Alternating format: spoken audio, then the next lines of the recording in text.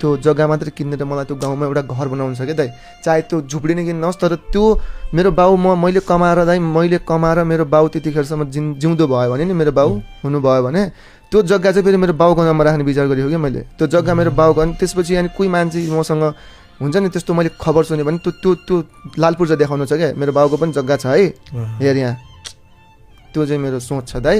भगवान्को कृपाले भइदियोस्, धेरै होइन दाइ, 5 वर्ष म अझै भन्छु मेरो बाउलाई केही नभइदियोस्। मेरो बाउले मलाई केही पनि राख्दिनु भयो भने म बहुत खुसी छु। किन खुसी छु भन्दाखेरि मैले माया गर्ने मान्छे पाएको कि दाइ। भोलि बिहान यो बुवा अहिले तपाईँसँग नै हुनुहुन्न? हुनुहुन्छ नि, मसँगै हुनुहुन्छ बुवा। अहिले त तपाईँसँग हुनुहुन्छ? बुवा अस्तिमा आउँदा पनि धेरै रुनु भयो। बाबाले अहिलेसम्म आँसु झारेको मैले देखेको थिइनँ दाइ। अस्ति भर्खर आँसु झार्नुमा आउँदाखेरि धेरै सपनाहरू मैले बोकेर आएको छु होइन। तपाईँ पनि रुनु भयो? म दाइ म कसम भनेको म कहिले रोथेन कि दाइ।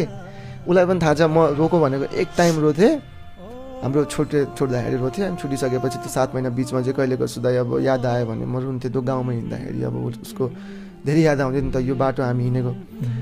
अनि रोएँ म पनि। अनि हाम्रो चाहिँ बाबाले जग्गाहरू पुरै बेचिदिनु भयो, पुरै बेचिदिनु भयो। ल लिएर जा, अब के भन्ने, यो भोलि बाँच्ने हो कि होइन, यसको लागि के राख्नेहरू यताउति भन्ने कुरा आयो।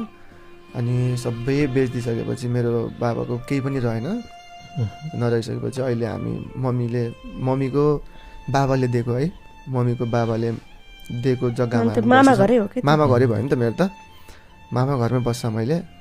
त्यही भएर पनि हो दाइ कि छैन कि दाइ, केही छैन हामीसँग। त्यही भएर पनि भएको भयो त दाइ। फेरि अब मम्मीले पनि अब त्यसको अब मामा घर हो त्यहाँ, अनि अब त्यसको केही छैन, जग्गा छैन, जमिन छैन, अनि न सरकारी जागिरे छ, न केही छ, न आमा बाबु जागिरेवाला छन्, न केही छ। अब सबैले सबभन्दा स्वाभाविक कुरो हो, सबै आफ्नो आमा बाउले आफ्नो छोरीलाई राम्रो घरमा परेको राम्रो सब राम्रो तर यस्तो हो नि दाइ, अहिले नै जिन्दगी हेर्ने होइन नि त, राइट? कतिपय अब मैले एउटा इक्जाम्पल दिन्छु दाइ। ल मानौँ एउटा इन्डियन आर्मी हुनुहुन्छ, महिनाको नेपाली 1 लाख कमाउनुहुन्छ है, मैले इक्जाम्पल दिएको है दाइ।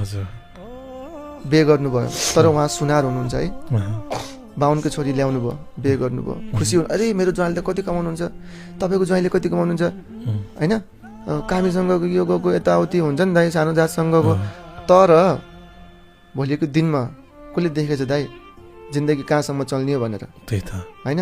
भोलि बिहान भगवान्को कृपाले केही नभइदियोस् उहाँलाई, तर भोलि बिहान केही भइदियो भने दाइ त्यो हेर्नुपर्छ। अब जस्तै इक्जाम्पल फेरि मैले यहाँ दिन्छु तपाईँलाई दाइ, सुन्नु।